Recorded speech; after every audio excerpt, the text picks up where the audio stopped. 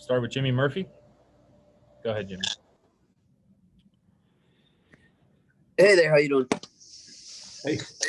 Good. Just wanted, your impression so far of the week and the scrimmages, the drills, everything. Just what's it been like, kind of getting back into the groove of things? I think it's been great.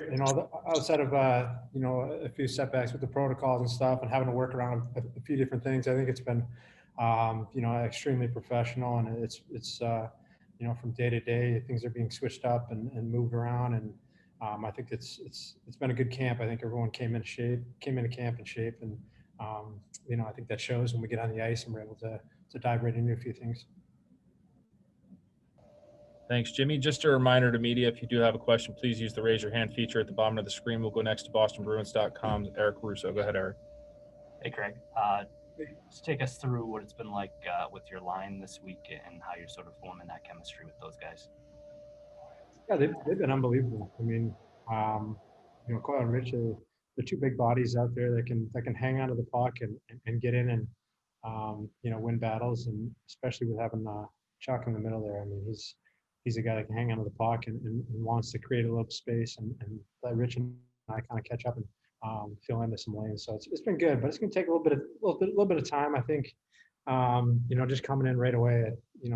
We've seen a few days now together, but I think once we get into a game and get to see how each other react in different situations, I think that can only help. Thanks, Eric. Matt Porter, you're unmuted. Go ahead. Am I? Can you hear me? Yes, we got you. There you go. All right, great. Hey, there you go. Hey, Craig. I know you're very focused on the present and camp and everything. Wonder if I can get you to flash back for a minute. You're between your first and second years at Wisconsin. How important was that for you mentally? Kind of where did the growth happen there, and kind of allowing you to make that big jump into a leadership position, and then obviously your career kind of took off from there, it seems.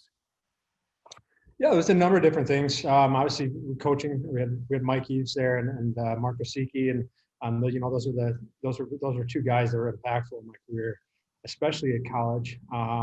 Guys that had played at the next level, and guys that certainly know how to evaluate and see where you're at and where you need to be in order to get to that next level. So, I think with those two things mixed in with Jim Snyder, the trainer there at Wisconsin, it was just honestly, it was a perfect blend.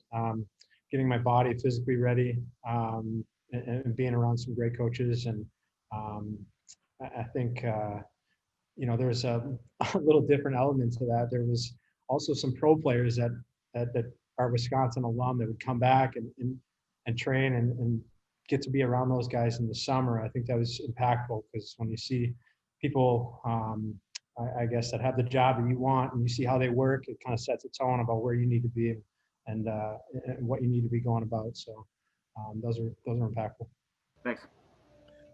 Thank you, Matt. We'll go next to Dan Roach. Go ahead, Dan. Hi, Craig. Hope you know well. Just a thought on what it's been like for you to be a Boston Bruin. It's the strangest of times. We all know that with the pandemic, and watching you play, it looks like Bruins fans will love you when they eventually get to see you play.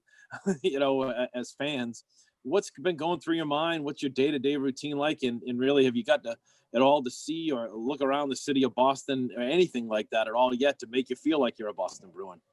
Honestly, it's been a huge honor. I mean, ever since we kind of flattened this deal out, and I couldn't be more excited and ecstatic. I think my dad was super fired up, and it's just such a historic program, and so many great players have come through here, and you can see all the banners on the practice rink. It's a pretty impressive setup here.